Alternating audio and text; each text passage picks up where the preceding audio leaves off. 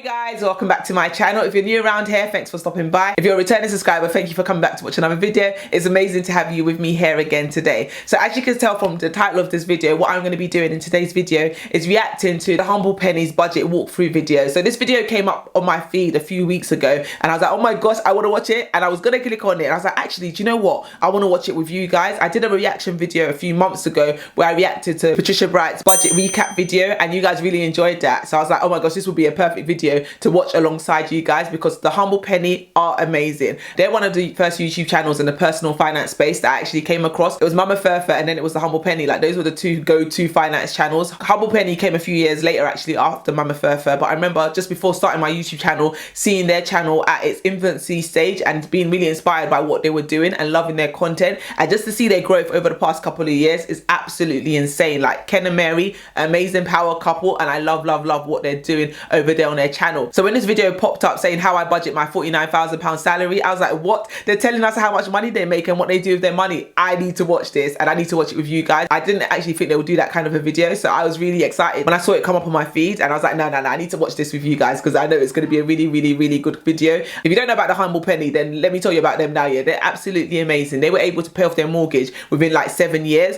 So just knowing that about them, knowing that they were able to become mortgage free within a short space of time and knowing how they are when it comes to personal finances, I know that there's going to be a lot to learn from this video and I know it's going to be very insightful. So I'm really excited to get stuck into it. So I'm not going to take up too much of your time. I'm going to jump into the video in a sec. But before I do, if you haven't yet done so, subscribe to my channel because I share loads of content all around personal finance, budgeting, frugal living tips and so much more. You're definitely going to want to subscribe and give this video a thumbs up. But without further ado, I'm going to jump into this video right now.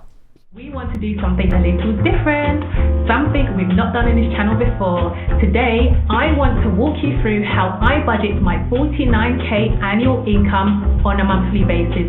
I'll be interested to see actually if this 49k is for the whole family or whether this is Mary's contribution. So maybe Mary does 49k and Ken also does 49k and then the household budget actually is 100,000, or whether this 49k is for the whole family. If it is, respect to that. Living on a 49k salary when you know their income is way over 49,000, that says a lot about them. So I'm actually interested to see what they actually do. Step by step. To make this video super easy, all the costs you're going to see have been halved because Ken and I both earn and our money comes into one pot. Also, it's not how much you make that determines whether you have a good financial plan, but how you allocate it. My current income is 49k based on the amount of money we are happy to withdraw from the business at the moment.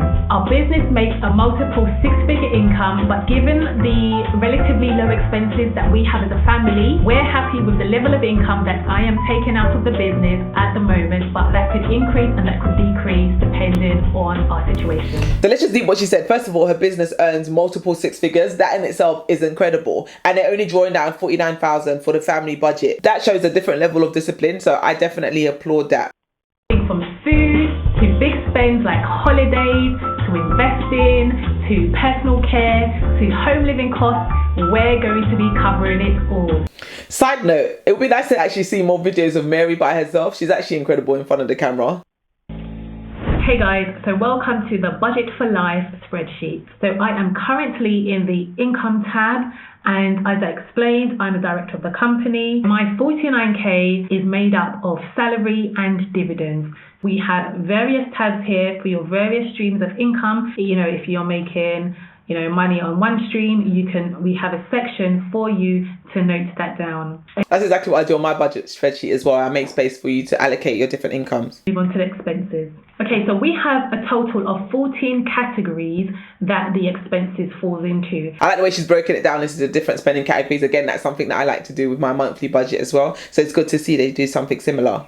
So the majority of my income allocation goes towards, you guessed it, savings and investments.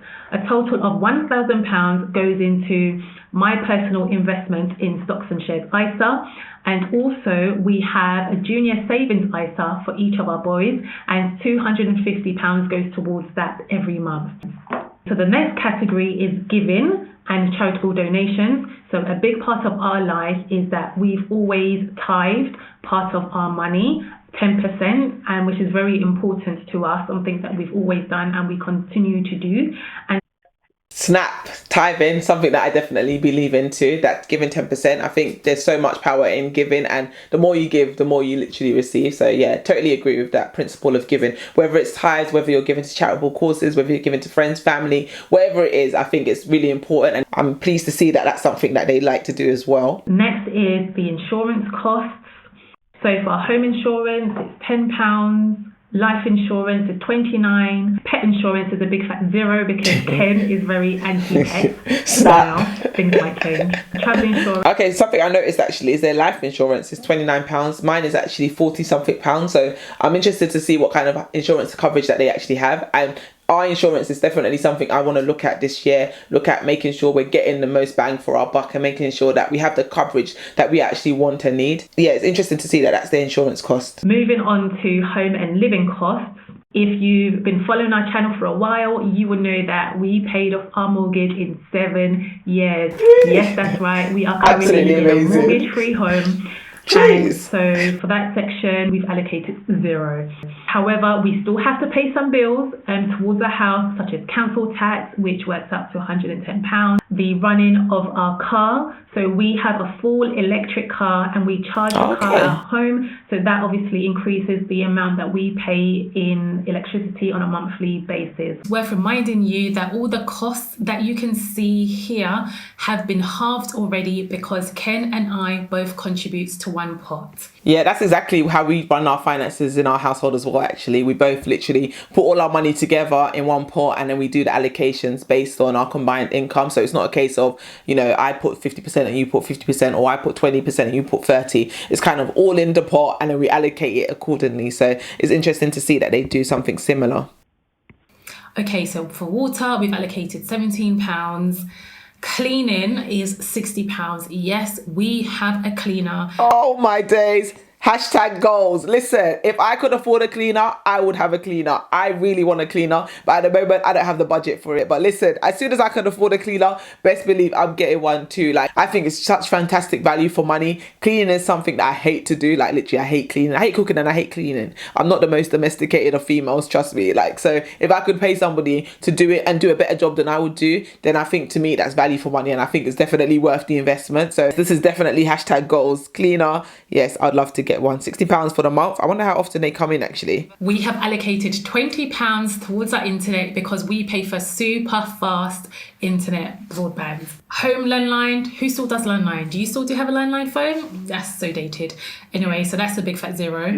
TV license standard. Mobile phones is £35. Ken's is much lower. I recently got a new phone. Hold on, why is their TV license £7? I'm gonna have to look at that. I wonder why they've got £7 TV license, because my one comes in at like £13 a month. So yeah, there's this £7. So that's interesting to see. And also what she was saying earlier about the internet, £20 for super fast internet. I thought we got a super fast one and we're paying £26. So clearly I'm going to need to look at some of my subscriptions because I don't think I'm getting the best price that I should be getting for some of these services. So thanks for that, Mary. I'm going to be shopping around. And then you have various other costs which you can input and you can amend according to whatever it is your expenses are for that month. Now the transportation costs. If some of you have watched our previous video on how we drive an electric car, you will see that we bought an electric car in 2017 and it has been one of the best investments we have made, as in it has saved us so much money. That is so interesting. I've literally never even considered getting an electric car, but hearing her talk about the benefits and the cost efficiencies of having an electric car, I'm thinking maybe our next car needs to be an electric one. I'm going to do my research. Let me know in the comment section below, guys, if you have an electric car or you know anybody that does have one. Next we move on to debts and credit card payoffs, and as you can see it's a big fat 0 because we do not believe in debt. Yeah, 100% debt free and mortgage free, like hashtag goals or what. Moving on to family living costs. So for childcare, we've currently got 0. However, for play schemes works out to be £12. Okay, looking at the family living costs, and first of all, one thing I wanted to touch on was the clubs for children. Actually, that £55 a month allocation for enrichment activities, I think is amazing, and it's something I definitely want to get back into doing. Pre-lockdown and pre this whole pandemic, my kids were doing a lot more extracurricular activities, but now they literally just go to school and come home and maybe see family here and there, but they don't really do anything enriching anymore, and I definitely want to get back into doing that. So within the next few months, months in my budgeting videos, I'm definitely going to be allocating money for them to do those extracurricular activities such as kung fu and football. These are things that they were doing before which they stopped, and I want to get them back into it. So £55 allocation for that is a good amount actually, because they've got 2 boys. So I guess for me and my 3 boys, probably about £70 allocation would probably do the trick for them to do maybe 2 enrichment activities each a month. I think, yeah, it's definitely good for the confidence building, and I think just making them a bit more well-rounded and opening them to different experiences and getting them thinking about trying new things, getting them trying different things and seeing what kind of interests and hobbies that they actually have. Pocket money for the kids, that's actually not bad that the kids get pocket money. Listen, my words, I haven't even thought about giving them pocket money or not. What are your thoughts when it comes to pocket money actually? Because I'm kind of on the fence. Sometimes I think, yeah, it's good, you know, give them that money so they can learn how to manage it, etc. But at the same time, I'm like, I don't want them to just think that, you know, you could just have money just because you're a child and you deserve to get money. I feel like you need to learn the association between money and work kind of thing. So maybe getting them to do like chores around the house or whatever, and then giving them a payment for that so they can kind of get to learn the value of money that way. I think that's something I'll probably want to start adopting actually and introducing now that they're coming of age. Just moving swiftly on to section 8, which is food and social life costs. For the food shopping, guys, we have budgeted £65 a month. We have now increased our budget because Ken loves to snack. No, I'm joking. Like, we just make allowances for the extra food that we need at home and the extra snacks that we need to get through the day. But sometimes it is actually more than £65, and sometimes we actually spend less than £65, but we budgeted £65 for it regardless. Wait, so I need to rewind that. Is she saying that her food budget for the whole month is £65? That's literally mission impossible. I need to go back and watch that again. I must have missed something because there's no way. We live well on £50 a week food budget. However, being in lockdown and myself working at home, Ken working from home, and the boys sometimes being at home, we have now increased our budget because Ken loves to snack. No, I'm joking. Okay. We just make allowances for the extra food that we need at home and the extra snacks that we need to get through the day. But sometimes it is actually more than £65, and sometimes we actually spend less than £65, but we budgeted £65 for it regardless. Okay, I think I totally got this thing wrong. So I'm there thinking, because it says monthly, so I'm thinking it's like £65 a month on food, but it's actually £65 for the week. Okay, that seems a lot more realistic. So I'm like, what? £65 food budget for the whole month? That's not possible. That means I've basically misunderstood all the numbers previously. So all those numbers that we were looking at were actually the weekly spend and not the monthly spend. Okay, wow. So that means going up to the child enrichment, that £55 wasn't for the mom, that £55 was a week. Wow. So that's like over £200 a month for enrichment activities for the kids. Wow, okay. Yeah, that's a lot of money. I'm going to have to get my income up so that I can be able to do things like that too for my kids. At the moment, listen, I think £100 for the month for all 3 of them seems a bit more achievable for us at this stage of our life. But hopefully, as time goes on and this channel grows and my income streams grow, then yeah, we can be doing more enrichment activities. But for now, I think £100 to £150 a month is what I'm going to be working towards for the boys over the next few months. And then yeah, as time goes on, then that can grow. But okay, I'm not even going back to watch the whole video again to kind of look at the numbers, but now that I know it's a weekly basis, that makes it seem a bit more achievable, because I'm like, how are they able to live on such a tight budget? But now it makes sense. It's not as tight as I was initially thinking. So okay, that makes sense. So this is weekly, not monthly. Okay, cool. So then let me get back into the video. Meals out and takeaways, we have budgeted £18 a month. We worked out that we get Deliveroo or Just Eat around once every 3 weeks. Today we have ordered some Indian because yeah, after a lot. Okay, I'm confused now because you say monthly, but I'm thinking, is it weekly? I'm not actually sure at this point, to be honest, but let me just keep watching. Budgeted for meals out and takeaways. No, it has to be £18 a week. There's no way. It's not £18 for the month. That's crazy. Deliveroo and Just Eat, let us know. Lunches is a big like £0 because, as you know, Meal we prep work from home. Yeah. Snacks £0. That's included in our food budget. Drinks, well, we don't drink any alcohol, so that's £0. Is it a month or is it a week? I don't know. I'm so confused. Beauty treatment is £5. £5? Bruv, that £5 ain't even buying you cocoa butter.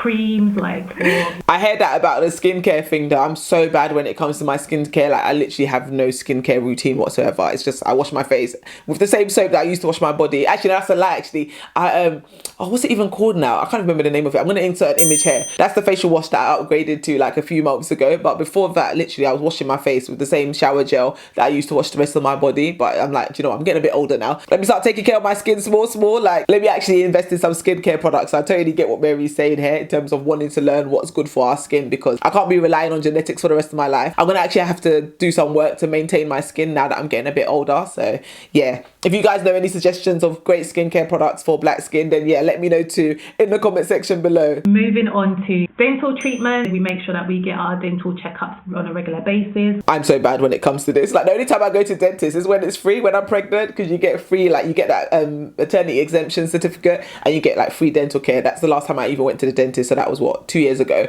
And they keep writing to me saying I need to come back again, and I'm like, oh man, I'm not planning to get pregnant again, so now I'm gonna have to actually pay for my treatment. So yeah, hair care is £23. It's much lower because we have, my sister runs a salon, so I tend to go there. Oh nice. And we make a huge savings because of that.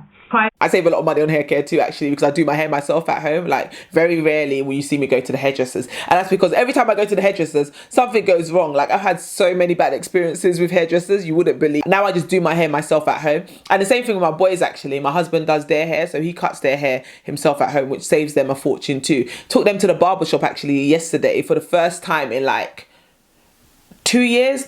No, more than that actually. It must be about 4 years since the last time they went to the barbers, because my oldest son, his first haircut was at the barbers, and since then his dad's always cut his hair, and maybe once or twice in between, and he's 6 now, mind you, nearly 7. Once or twice in between we've been to the barber shop. And then yesterday I took them both to the barber shop because I needed to get their hair cut, because they had school photos coming up the next day and their dad didn't have a chance to cut it for them. So I was like, no, they need to look fresh for their school pics. So I took them to the barber shop. Anyway, guess how much it is for a cut now for a child's hair? £10 per child. When I took him last time, albeit it was a few years back, mind you, it was £5 per child, and that was like double the price in the space of what, 4 years or maybe 3 years since the last time I took him to the barber shop. Post lockdown life is expensive. The car wash is expensive, the barbers are expensive, like literally everything is just costing so much more money now. So I'm happy that their dad is able to cut their hair, because I have 3 boys, and having to spend £30 every other week to get their hair cut, I'm not here for that. I think DIY where you can will save you so much money. So for me, I save so much money by doing my hair myself. As much as I want to get a new wig for my birthday, which is coming up in a couple of months, I'm like, can I really afford to spend £250 on a wig? Like, even if I can afford it, it hurts my heart